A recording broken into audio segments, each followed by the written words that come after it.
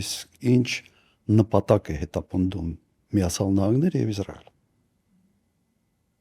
Նպատակը ակնհայտ է, չէ՞, հայտարարում են ոչ միայն ռեժիմի փոփոխություն։ Նույնիսկ եթե ռեժիմի փոփոխություն, այլև պետության տեսակի փոփոխության մասին է հիմնականում խոսքը։ Ոչ թե մեկ այաթոլլա փոխարինի մեկ մյուս այաթոլլայով։ Կոչ են անում ուղղակի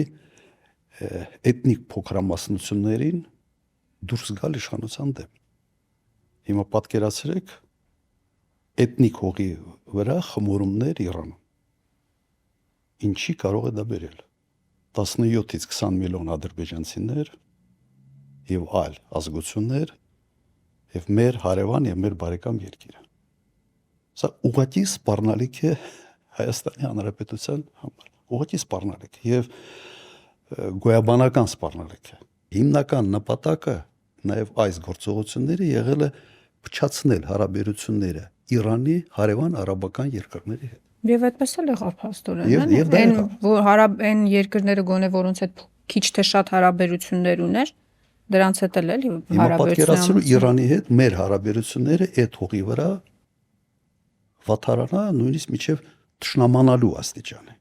Մեր թեզը մշտապես որն էր։ Մի հայտնվեք խոշոր պետությունների շահերի բախման կետում։